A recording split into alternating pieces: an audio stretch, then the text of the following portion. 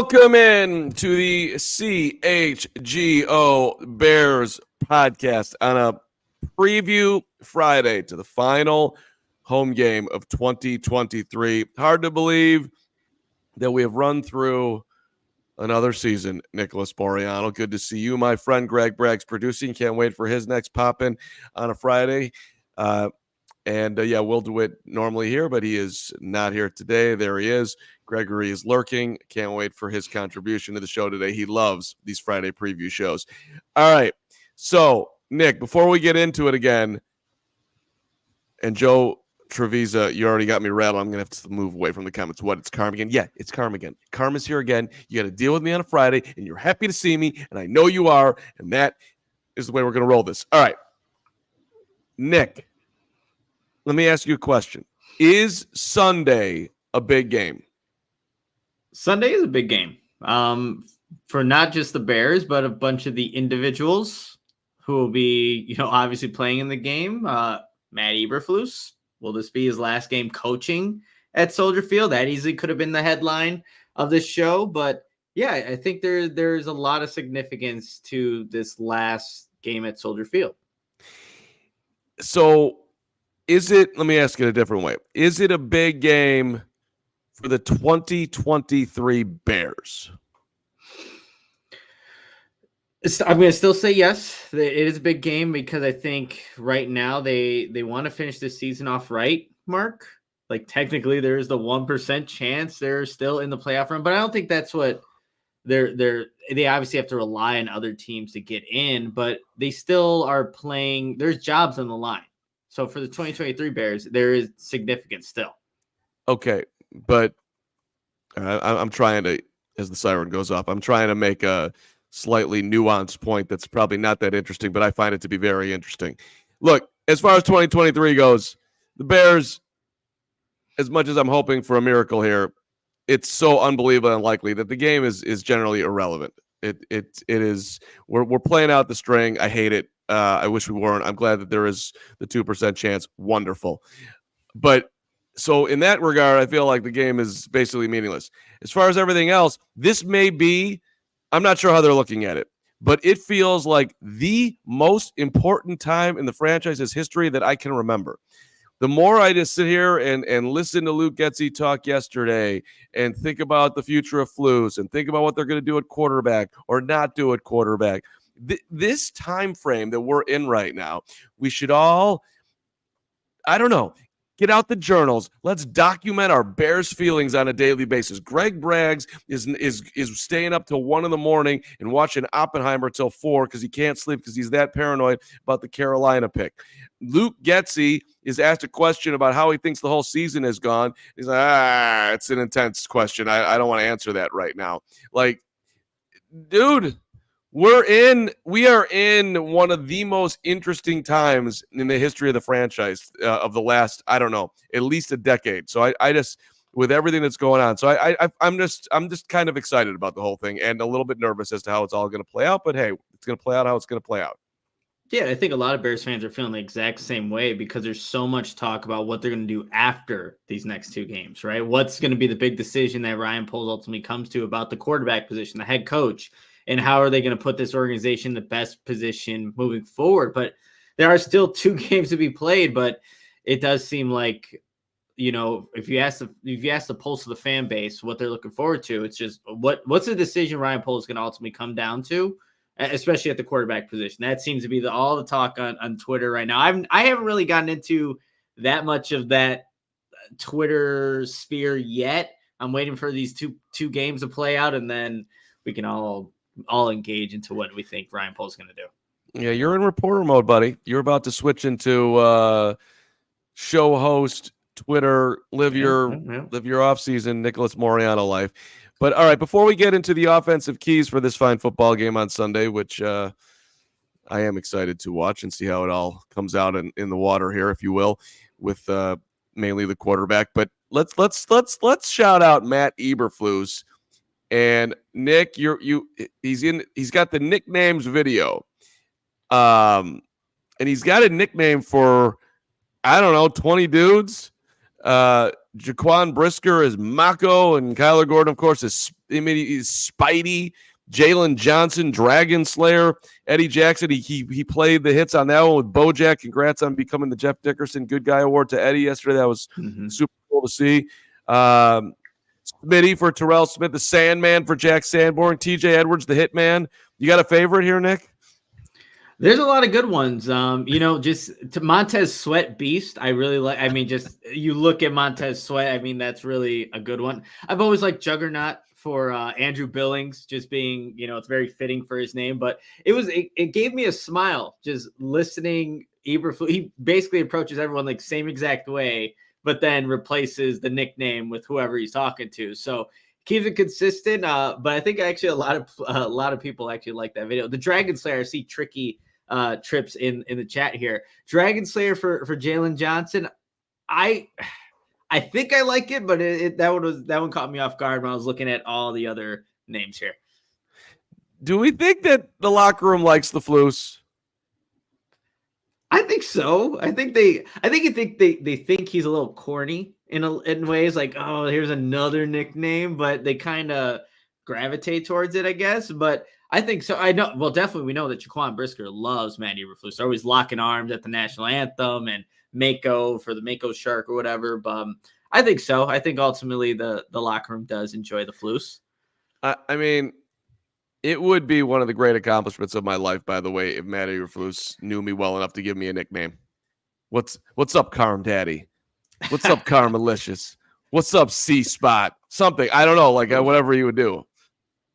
I mean, I'm just making up nicknames for myself, which is a sad state of affairs. But I would like, I would enjoy that if I could get on a nickname with the Flusy. We gave most of them. Jervon Dexter's Dino Dex, DeMarcus Walker, D Walk. That's up the middle. Juggernaut for Andrew Billings, D Wright for Darnell Wright, 1 for QB1 Justin Fields, Bay for Bajan. Come on, man. Can you lift that one up a little bit there, Flusy Flus? The Governor for Roshan Johnson. I think that's funny because he so is. KB for Kari Blasingame. Okay, fine. T Scott for Tyler Scott. That's not exactly creative either. V12 for Valus. Valus, at least, if nothing else in his Bears career, he made it to a nickname. Congrats to Valus.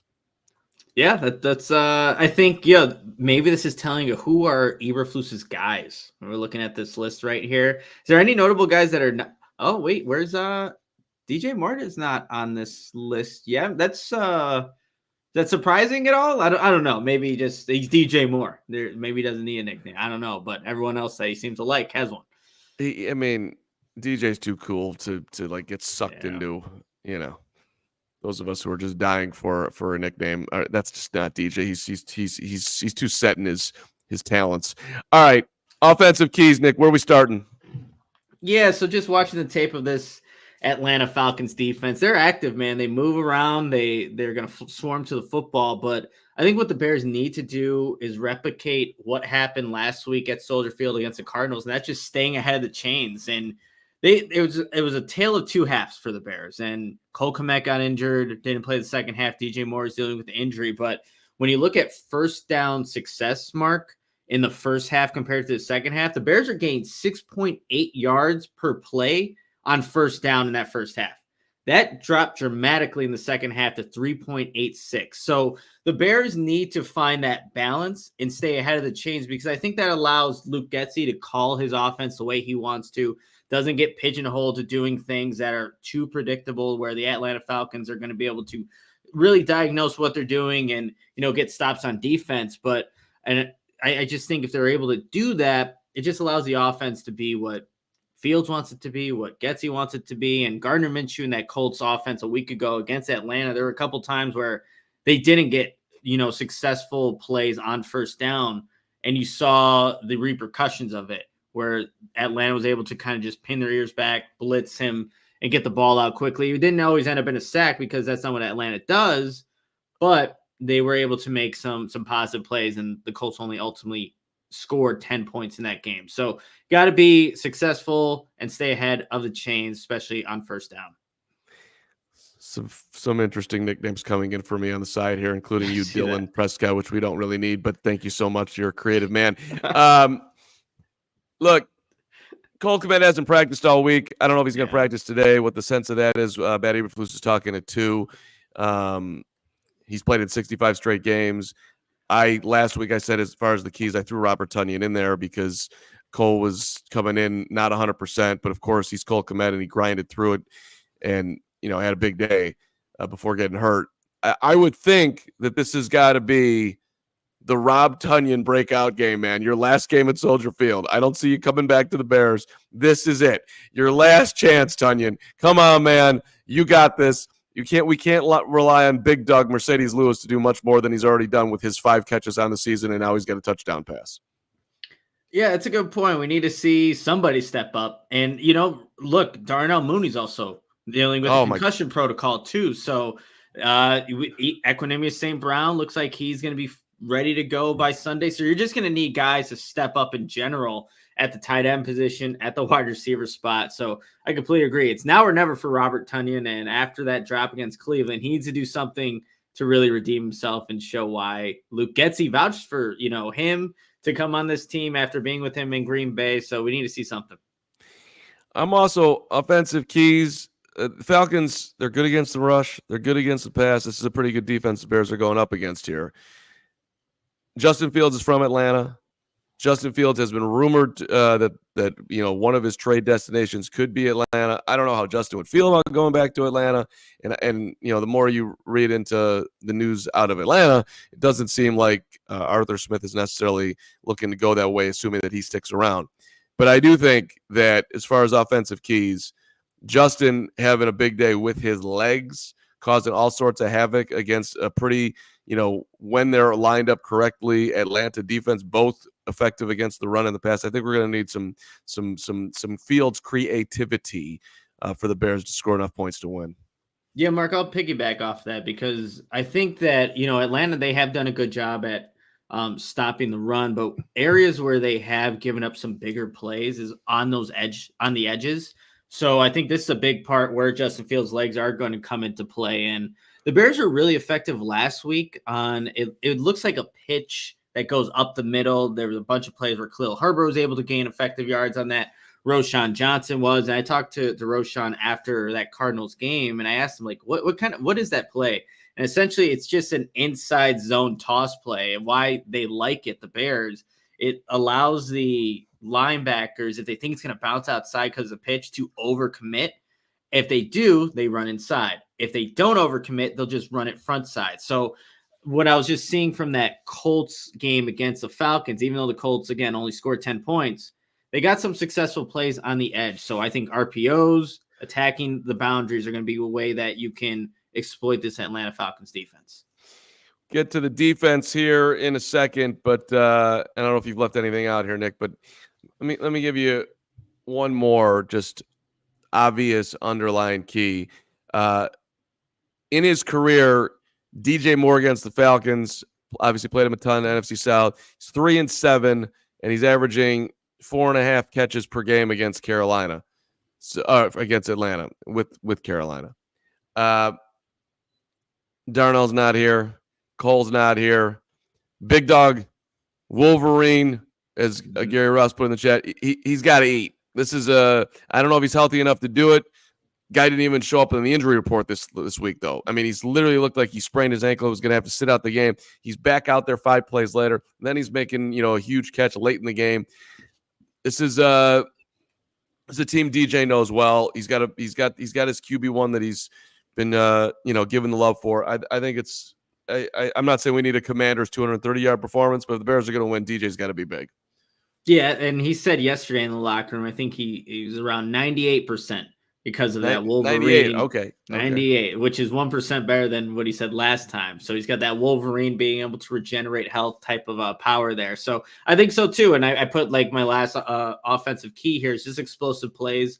The Bears are able to get a lot more of those against the Cardinals than they did 2 weeks ago against the Cleveland Browns. And the Falcons, again, you mentioned it, Mark, they're a pretty good defense. They're not allowing too many explosive plays through the ground or through the air. So you have to kind of pick and choose with this defense. And if I'm the Bears and Justin Fields, I'm going to most likely want to pick and choose when DJ Moore is running those vertical routes, those explosive routes, because that's usually the connection that has hit consistently throughout the season. Falcons defense, 9th overall, 6th when it comes to scoring points. So I don't think we're going to I'm saying the Bears are going to put up 23 is my prediction this week. So I do not expect this to be a high-scoring game. I don't know if you're on top of that or taking the under on my 23, Nick. But, yeah. All right, hey, shout out to our friends at DraftKings Sportsbook. NFL fans, listen, it's time to unwrap nonstop football action. This holiday season, throw down on the big matchups on DraftKings Sportsbook, the official sports betting partner of the NFL. This week, new customers, you know it, you love it. You bet $5 on the NFL, you score 150 instantly in bonus bets. So you are getting the value, as you know, when you step into the DraftKings situation. So get her on done. You taking the Bears this week there, Nick? You feeling it? Well, Mark, we're supposed to give it away at the end, but I think our article's already out on CHGO. So, all right, no, hold on. We'll hold on. Download the DraftKings Sportsbook app now and use that code CHGO. New customers, $5 on NFL action to score 150 instantly in bonus bets. Only on DraftKings Sportsbook with the code CHGO. The crown is yours. It's a great way to support us here at CHGO. Gambling problem, call 1-800-GAMBLER or visit www.1800gambler.net. In New York, call 877-8-HOPE-NY or text HOPE-NY. In Connecticut, help is available for problem gambling. Call 888-789-777 or visit ccpg.org. Please play responsibly on behalf of Boot Hill Casino and Resort. 21 plus, age varies by jurisdiction. Void in Ontario. Bonus bets expire 168 hours after issuance. See dkng.com/football for eligibility and deposit restrictions, terms, and responsible gaming resources. You are a pro at that, Mark, and we're also a pro here at indulging in our favorite Goose Island beer. And if you know, CHGO is supported by Goose Island Beer Company, Chicago's beer since 1988, and they have the ultimate beer roster: Stacked, Oktoberfest, Beer Hug Family, 312 Wheat Ale, Full Pocket Pills, everyday beer, what the brewers are drinking right now. If you're in the chat, you love Goose Island, just put what's your favorite beer that you've been drinking lately over the holidays.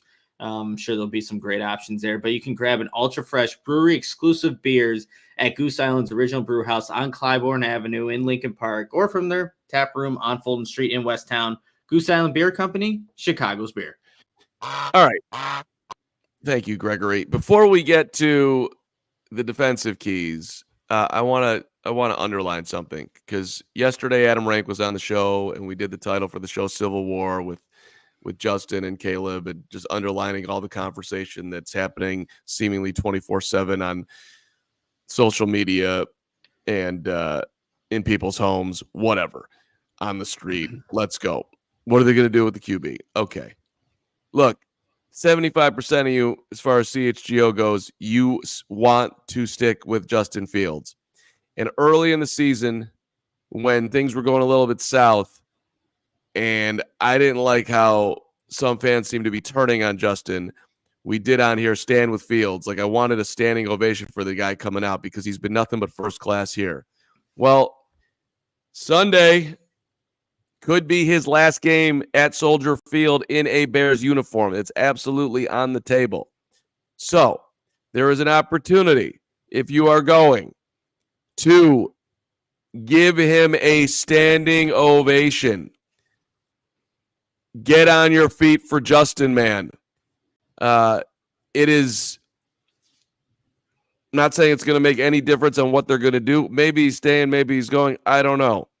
If I had to guess, I think that there'll be a new quarterback next year, but I have no idea. And I'm okay with anything they do. I've said that 1,000 times. But for the guy that he's been, whether he's going to be here or not, a good standing ovation for Justin is worthy. And I would almost even go so far as to say, without being the corniest guy in the history of the podcast world, when if the Bears win the football game on Sunday and they're sitting at 7-9, when it's over, like, I almost feel like it's sort of an end of season celebration. There could be a standing ovation for that whole team. This team's played their ass off, man. They've just lost some really tough games. They could easily be in the playoffs right now. It just didn't work out. As far as the effort that this football team has given all season long, I don't see how any Bears fan could have a problem with any of it. Well, and two, when you add in what Eddie Jackson said yesterday, Mark, he said this is the craziest season he's ever been a part of. You lose coordinators, you lose coaches, you don't have the hot start, and then you're here at the end here still somewhat fighting for a playoff spot. It's been a crazy year for Bears football. As Bears fans know, it's usually crazy when it comes to the Chicago Bears. But yeah, when I'm at the press box there, and if this is, in fact, Justin Fields' last game, like, it's just going to be in a hyper focus. Everything that he does pregame, postgame, who he's talking to, if he's taking a second longer to just kind of look out into the field.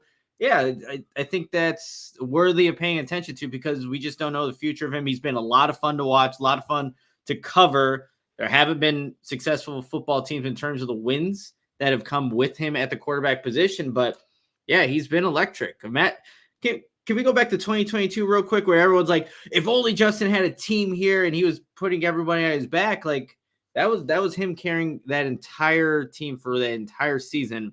And, obviously it just hasn't worked out the way he wanted to, the way fans wanted to. I'm sure Ryan Poles, Matt Eberflus wanted to, but yeah, just if you're going on Sunday, whether you like Justin Fields or not, you can have appreciation for, how he's played and how much he's given each and every single day to try to be the best quarterback he can be. I mean, Braggs, you could speak to this better than me. I haven't been to end of year games with the Bears, but I have been to like end of game years and last season, end of the season, last game at Wrigley, where it's not a Cubs team that's going to the playoffs, but the team comes out of the dugout, the fans that stay give them a standing ovation. They throw different, batting gloves, hats, whatever into the crowd. And it's just an appreciation of what they've done. Yeah. Okay, fine. They finished 74 and 88, but the team was supposed to win 65 games. And it's just an appreciation of the effort. Has that ever happened at Soldier Field that you can recall? Not that I can recall like a specific standing ovation for a guy on his way out. I can really think of. No, not off the top of my head. I think if they win the game, maybe something at the end like you're asking for. I definitely think when the game starts, there's going to be a big ovation for Justin. There was a big ovation for the last home game on Christmas Eve for Justin when he came out the tunnel because I think we all understand what's on the line. So, but specifically something that stands out to me, I can't really recall. So if they can come out and win, I think that they'll get more of an ovation. But if they lose, I think you'll still feel some of the boo birds because you have to take into consideration Bears fans are always quite inebriated by the fourth quarter. Fair enough. All right, Nick, on to the defensive keys. I got that off my chest. Here we go. Let's look at this defensive performance. Taylor Heineke and all.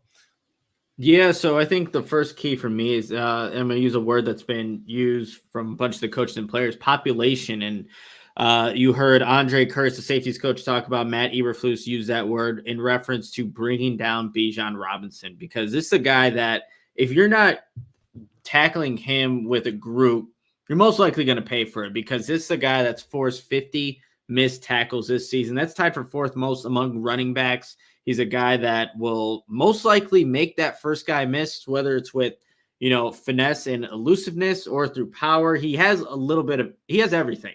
And it was funny talking to Zach Pickens earlier this week, Mark, and he just seemed like he was like, holy crap, we're playing Bijan Robinson. He called it wicked. And to see that on film and to know that he's going to play him on Sunday. So these guys know what he brings. And you also have Algier, the other running back. You also have Cordell Patterson. So they have a pretty good rushing attack, Mark, but it's going to take all 11 guys swarming to the football, really utilizing that hits principle to bring down, Bijan Robinson, who's been really just racking it up here too. I think if I just looking at an article that was actually published at ALLCITY.com this morning, Robinson's 10th in the league in rushing yards, 873 on 188 attempts. He also can catch out of the backfield. So he has 7 touchdowns on the season. So you just got to have everybody in line and ready to face a guy like that. Bijan, for you Atlanta football Falcons historians out there, he needs 87 yards to break William Andrews' team rookie record from scrimmage, which is 1,332. So, and that was back in 1979. So, if you're looking back at the Falcons' history of guys coming in and making an impact as a rookie, I mean, it's been up and down for Bijan. In the middle of the year it went south, but I mean, overall, he's had a pretty damn solid rookie season. 873 yards, 7 touchdowns, 4 of them come on the ground. He lines up as a receiver a lot. Also, if you watch him, and he had 7 catches last week. So this is a guy they're using in different ways, which is why I was so excited about potentially pairing him with Justin and seeing how crazy they could be. So he's got 48 catches. And again, at this point, he's got 1,246 yards from scrimmage. So, roughly 900 passing, 900 rushing, and another 400 through the air. So dual threat, baby. He's going to be all over the field.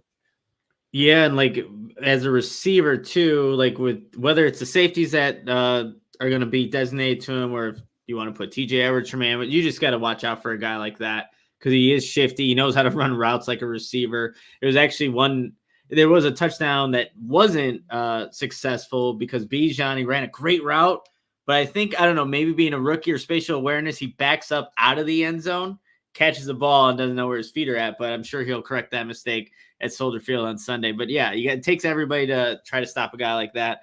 Another thing that I was watching, Mark, just what this Atlanta Falcons offense does well, they love to move their offensive linemen in space for guys like Bijan Robinson, Cordell Patterson, Algier, whoever it is. So going back to those linebackers, you have to be, if you're TJ Edwards, Tremaine Edwards, Jack Sanborn, willing to, one, fight through blocks if your defensive line can't, win at the point of attack, but also, it's all about taking angles. I think this game's going to be the most fundamental game there is, where if you're not taking the proper angles, you're not tackling properly, things can, become those explosive plays that the Bears don't want to give up. So it's just one more thing to kind of look at when you're watching this Falcons offense. Like, those linemen love to pull, love to get out in space, whether it's screen plays or those outside zone pitch kind of plays.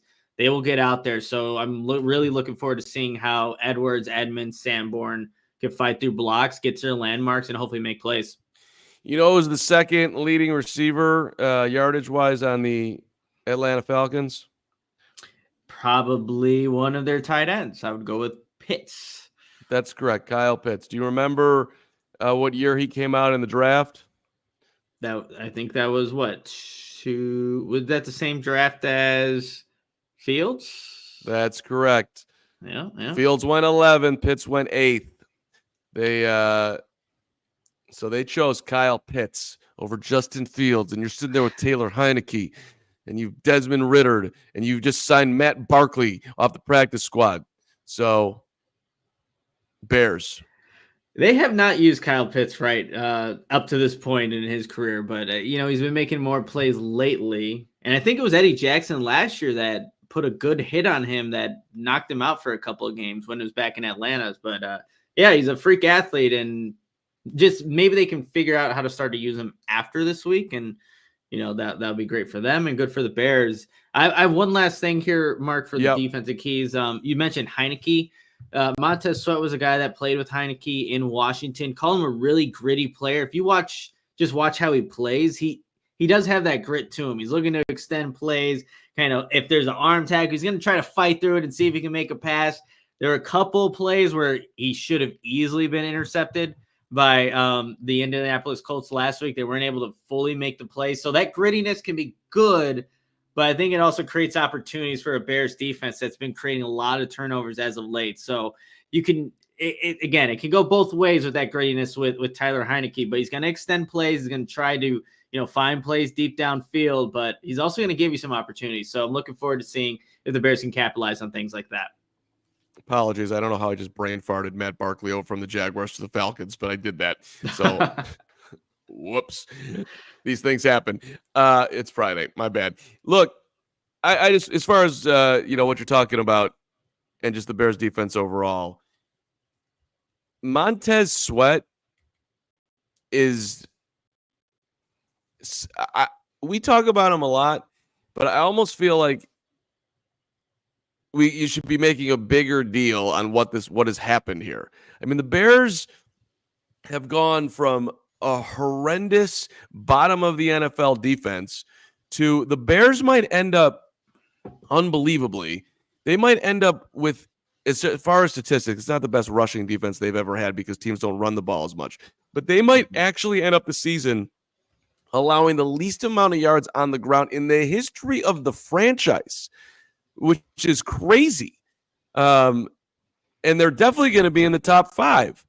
So the run defense was solid, but it went to the next level when Sweat got here. And then they actually started getting to the quarterback.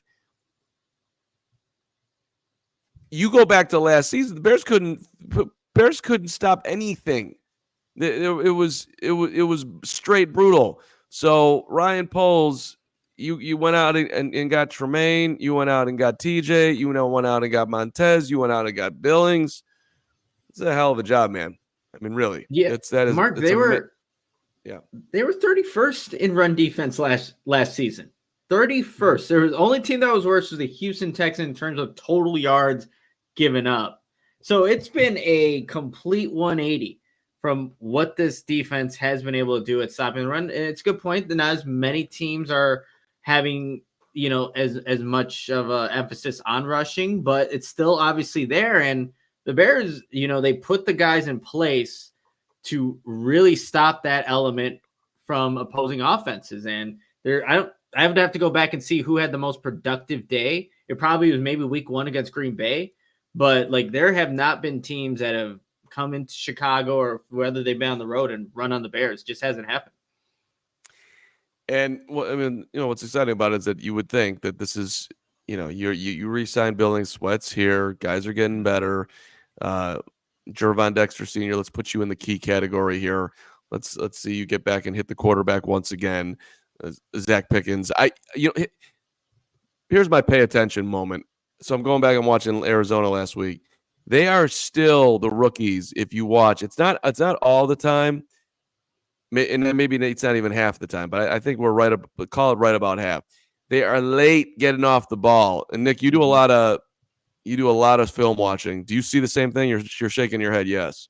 Yeah, it's just inconsistent when they're actually coming off the ball when the rest of the defensive line is actually getting off. So I think it's gotten better since the beginning of the season, but it's just not as consistent as you'd still like it to be. But yeah, I have noticed that. Yeah, right. It's not all the time, and I think that's a great underline. It's most definitely gotten better, but want it to be. So I don't, there's still a couple of hurdles to get over here if they're going to get to the next level as far as impacting, getting in the backfield, all of that. All right, Nick, why don't you tell us about our friends at Empire Today? Yeah, of course. With obviously with Empire Today, you get a shop at home convenience, the right products for your needs, quick and professional installation, and of course a low price guarantee. And Empire Today is the best place to get new flooring. And so, of course, when you're the best at what you do, you have copycats, but they can't beat Empire on the quality, service, speed. And so those other companies will advertise low quality products that they simply won't carry, and they won't promise the lowest prices because anyone who does simply isn't putting flooring in your home that they wouldn't put in theirs. And they keep shopping for floors really simple, you guys, with curated product selection. Empire's philosophy is to help you find what you need, not overwhelm you with thousands of choices and substitutes. What they leave out on the selection floor is as important as what they put in. And they also have this virtual floor design concept, which is a great way to see, new floors in whatever space that you're looking to upgrade. And it's easy. You just snap a picture and instantly see how new floors will look in your room. And here's the most important part, everybody. You can schedule a free in-home estimate today. All listeners can receive a $350 off discount when you use the promo code CHGO. Restrictions apply. See empiretoday.com/CHGO for details. I love our friends at Empire Today, as well as our friends at ComEd. It is getting easier for businesses to switch to electric vehicles. It's something we can all get behind. Greg Braggs is fully behind it. He's big time behind it. He is behind it for the health of the planet and for the well-being of all of us who share it. Nick, this is is a great thing that ComEd is doing. Yeah, and everyone's behind it, including Greg Braggs, and the electric grid is actually evolving to meet your cleaner energy needs as we all move with confidence towards an electric tomorrow. Whether you have one delivery man or a whole fleet of shipping trucks, ComEd can help support you to make the changes that make sense. So what should business owners do, Nick?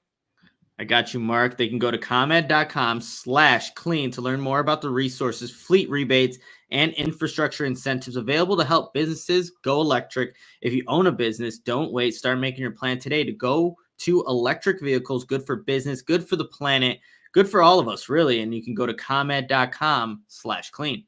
Did you say ComEd.com/clean? You heard me right, Mark. You can go now and see how going electric connects all of us to a better way of doing business and a better future for generations to come. I would love to see all the Braggs in the stands, trucks going electric via ComEd.com, ComEd.com/clean. That'd be an amazing job for Braggs in the Stands network. All right. Let us get to our favorite part of the Friday shows where we take you to the X Factor, to the bold predictions, to something that you should perhaps gamble on via DraftKings and or Circa. All right, X Factor is here. That's a picture of Justin. Are you going with Fields, Nick? My X Factor is, I think, just the offensive support around Fields. Mark, we were talking about it. There probably might not be a Darnell Mooney in this game with the concussion being a concussion protocol. Cole Kmet has not practiced all week with that knee injury, so guys need to step up, and that's going to be the X Factor whether they do or not. So looking at you, Equanimous St. Brown, looking at you, Robert Tonyan, Mercedes Lewis, Tyler Scott, and Velus Jones Jr., like, you need these guys, Mark, to step up in this game. It can't just be the DJ Moore show. I guess it can if it's similar to what he did against Washington, but you just need guys to honestly step up in this game, make plays when they're asked to do so, and whether that's executing a block or getting open on a certain route concept, whatever it is, like, the guys need to step up with some of the, starters being down right now and dealing with injuries. So that's my X Factor. I'll give you a couple. Number one, you're 6-8. I don't trust 6-9. Excuse me. I don't doubt the Bears' motivation, but it is the end of the year. It's New Year's Eve. You might be thinking about your New Year's Eve plans with your amazing human being. You might have gone to a comedy show this week and had a great time, and now all of a sudden you're focused on how you're going to make this great New Year's Eve. You got to get out there early, man. Get your high leg kicks going on. Get some solid calf stretches, the whole thing. Just get yourself mentally ready to go, Bears. This is I think getting your mind right to do this at this point of the season is huge, which they've done a great job of so far. Now, look, you got to get the ground game going, man. That's how this is going to happen. So be it Khalil staying hot or Deontay Foreman coming back to where he was or a big bust-out game from Roschon, the Falcons, rush defense is solid, as we've underlined. But I creativity, sticking to it, a little end of the season. The Falcons have an 18% chance to make or 11% chance to make the playoffs, 18 if they beat the Bears. All right. Atlanta doesn't want it. Atlanta's done. Hit him in the mouth, man. We are here to make a statement. Arthur Smith, is he going to be back? Is he not going to be back? The Falcons said, who knows? So, I think this is going to be a whole lot of ground game if we're going to do this. So I guess if I'm going to name one person, I'll name Khalil to stay big and to build off what he did last week. Yeah, he looked good, Mark. He had his burst back, was able to bounce outside, had some really good rushes, over 100 yards. So, yeah, Khalil Herbert, I thought it'd be more running back by committee, but he looks to be back as the guy, and he was really productive last week. So it's good, really good to see. All right, bold prediction time. I'm expecting one from you, Greg. By the way, when we get to the third here, so I've let you off the hook all show, but I want a bold prediction. So you got 2 minutes to think about it, maybe 3. Go ahead. What do you got? Well, if this is, in fact, Justin Fields' last game at Soldier Field, Mark, I wanted to center it around him. So I was thinking what could be bold, but maybe in the realm of possibility. And I was thinking a 3-touchdown performance for Fields, 2 through the air. We're going to give one to Equanimous St. Brown, who is coming back, and also DJ Moore. And he'll have a rushing touchdown. But like I was saying earlier, I think there's an opportunity to rush on this Atlanta defense when you get to the edges. That's where Fields does work. So 100-yard game, also rushing mark. So a 3-touchdown performance and a rushing 100 yards rushing on the ground. 3 tutties, 100 on the ground. Might as well give him a contract extension at the end of it. Gregory, have you been able to think of one, or is it just kind of a relaxing day for you over there and nothing pops to your mind? Well, I had to threaten the chat that they'll be banned if they can't keep it civil, as I have to do every day in the chat.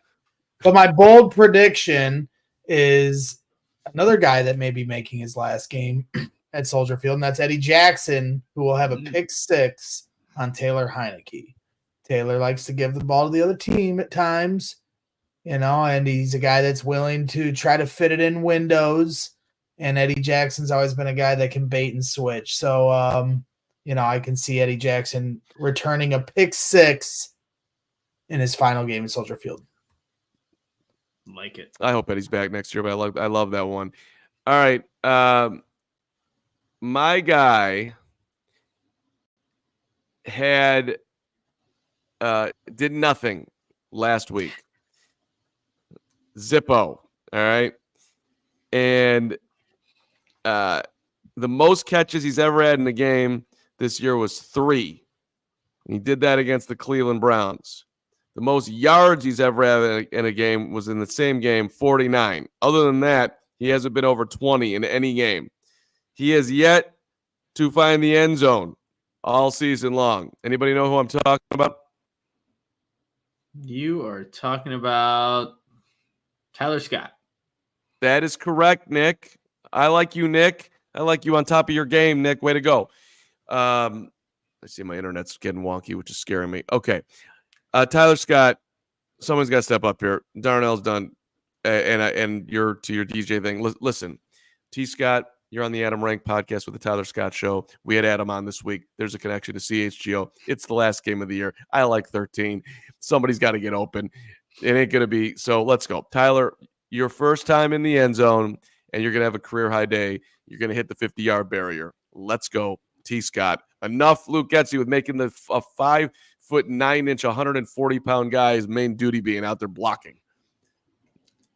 That's not the best role for Tyler Scott. Not right now, at least. Actually, I don't know if it ever will be. He just doesn't have the frame to do it, but he's willing.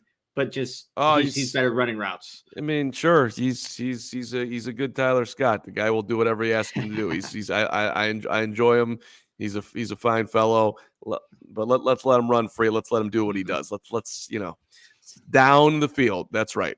All right. As we wrap up here, and Will should be back next Friday. As I appreciate getting an opportunity to sit here with you, Nick. You were out there yesterday. The Jeff Dickerson Good Guy Award. JD. When I started in the business, it was roughly around the same time. I was in it a little bit earlier than Jeff, but and it's been said a zillion times. But JD was the most supportive guy going. He would send you the random text like, "Hey, saw you over there, great job," or if you're out at Hallis Hall, and some people out at Hallis are friendlier than others. JD was always like somebody that you could just lean on. Hey, who's as far as just what was going on, any question you had, if your recording equipment wasn't working, he'd set you up with you need the sound, no problem, whatever. I mean, and then when he got sick, I wasn't best friends with JD, but we were obviously always cordial and whatnot. And I'm sending him texts, and he's writing the nicest stuff back to me. So just a reminder what a great dude he was, and to Eddie Jackson getting the Jeff Dickerson Good Guy Award. For people who don't know, like the writers created this award for the Bear that is the most generous with his time with the media and always conducts himself professionally. Eddie's phenomenal, man. He'll kid with you. He'll give you a positive stuff, positive answers. He'll sit there when things aren't going that well. I thought it was really great that Eddie got it. You had some great candidates. TJ Edwards would have been a fine selection, but I was happy to see Eddie get the award. Yeah, and Eddie was just available, to be completely honest. Like, he was always at his locker, and if you came up to him, he'd talk to you. And there was this one time I wasn't even working on a story, but he was playing chess on his phone. I'm like, oh, is this something new that you picked up? He's like, yeah, I actually just started. I'm playing someone online, but I could still whoop this guy and, still do a couple, questions if you want. So always willing. And to go back to Jeff Dickerson, like when I was at Iowa, he was someone that I looked up to, just how he would, approach how he was covering the Bears, writing, podcasts, radio, everything. He did everything. And I remember I skipped out of one of my classes because I had Jeff Dickerson on the Bears Brothers podcast. So I had to get out early, got there, and they even cleaned my room or anything. There's a Devin Hester jersey hanging up on the wall. And he's like, hey, Nick, that's a really cool Devin Hester jersey. And then he told me a little quick snippet about it. And the first day that I was technically, on the beat for CHGO, he's like, hey, Nick, look, this was a, what was it? OTA practice. What you see now, just know that that's not what's going to look like, but just wanted to give you some pointers as you're now fully on the beat. So to what you were saying, Mark, he always gave his time to anybody who was around him. Super awesome dude. And yeah, it's awesome that, we can honor him in this way with the Good Guy Award. I was just doing the math on that. So when you started CHGO, Jeff was still with us? Is that right? Yeah. Wow. I didn't even know he was sick. I mean, when we were, he was obviously sick at that point, but yeah. Yeah, he was, and he didn't show it, which was, just I think speaks to him and who he was as a person. Yeah. All right. What's your game score here, Nick? What are you doing? Yeah, I have the Bears winning this one, Mark, and I was originally going to put at 24-20. I think the Bears are favored by 3 right now, but I jumped it up. I put 27-20. I know Atlanta is a better team overall than the Cardinals that obviously the Bears beat last week. And the Bears are, going to be down some weapons, but I think they figure some things out that they liked from last week and carry over against a better opponent and ultimately win by 7 at home for their 5th straight victory or 5th victory at Soldier Field to close it out. But 27-20 Bears. All right. I got 23-17. I got the Bears winning. I got the defense handing the offense 10 points. Pick 6, I'll go with your Eddie Jackson scenario. That'd be amazing. And then I got him setting him up for another field goal, and the Bears offense doing enough. 23-17, win number 7, baby. Let's go. As a brilliant man on this show predicted 7 and 10.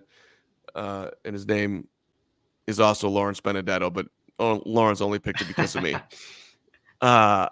We will be doing our deal. Yes, Gregory? Well, you didn't want to ask me my prediction. I didn't want to make you work too hard. Are you disrespecting the reigning champ of picking games here on CHGO Bears? That's a very fair point. We have a title still in balance here right now. Adam, Carman, and I are all tied at 9-6 picking the Bears this season. And we've all picked the Bears to win this week. So that means we will be entering the final week of the season with Bears Packers at stake. Who's going to be the one to have the balls to pick the Bears? And so, yeah, I have Bears winning 20-17. I think it will be a low-scoring affair. I almost lean Falcons with Kmet and Mooney potentially not playing. I think that could be really tough on the offense. It's going to be a little colder, but the fact that they're at home, the Falcons did play very well against the Colts last week. They're still fighting for something, so it would be interesting to see how they play. But the way the defense is playing for the Bears, I think they're going to give Taylor Heineke a tough time. So I had to lean Bears. I am surprised, though, if you look at our media pundits across the city and some nationally, they put it out in the Sun-Times. Fishbane, Johns, Pompey, Greenberg, Hogue, Tellender, Finley, Leisure, Scoop Jackson, Mark Potash, Matt Bowen, Pete Prisco, Mike Florio, Chris Sims, all picked the Bears. The only one to pick the Falcons, Rick Morrissey. And I do have to give a shout out. Chris Sims picking the Bears this year from Pro Football Talk, 13-2, picking the Bears this year. That is really damn impressive. I also have to give a shout out to my guy Patrick Finley from the Chicago Sun-Times, 12-3, picking the Bears this year. This has been a really tough year to pick the team, especially when Justin's playing. They've been so up and down. You don't know what to expect from them. And blowing games they should have won. I'm not going to gripe too much that I got screwed in my Cleveland and Denver picks, or maybe my record's a little better, but I also got lucky in the Minnesota game. So there's a bit of a wash aspect there. So, yes, we will be entering the final week of the season with the crown at stake. But yes, I am still your defending champion, Mark Carman. I thought about picking Atlanta because I knew everyone's picking the Bears, and it'd be a chance for me to jump ahead, and I should have done it, and I didn't. But hey, I hope we're all right, and I hope we're sitting at 10-6, and then of course I will get it right the final week, and you two will slip up and not have the brilliance that I show on a daily basis. Really, Nick, it was wonderful to be with you, buddy. Awesome hanging out with you guys again. Not me. You too, Gregory. Save the best for last, buddy. But No, that's fine. No problem. See you later. It was lovely. Hey, all right, we'll see you Sunday at 11. Nick, of course, will be at Soldier Field. If you see him walking around, say hi to him. It'll make his day. It'll make all of our days. We love when we get a shout out to anybody at CHGO. So we appreciate everybody in here as always. Have a great, safe start to your New Year's Eve, New Year's Day weekend. And fun show today. So thanks for being here. Nick, any brilliant thoughts on the way out here? I got nothing, so that's really disappointing. But like you said, Mark, enjoy your New Year's Eve weekend and stay safe. My brilliant thought is Matt Eberflus's brilliant thought. Just remember, be where your feet are, eyes forward. Feet, eyes, loose. Friday. Have a great day. My final word, go Jags. We all silly like the mayor.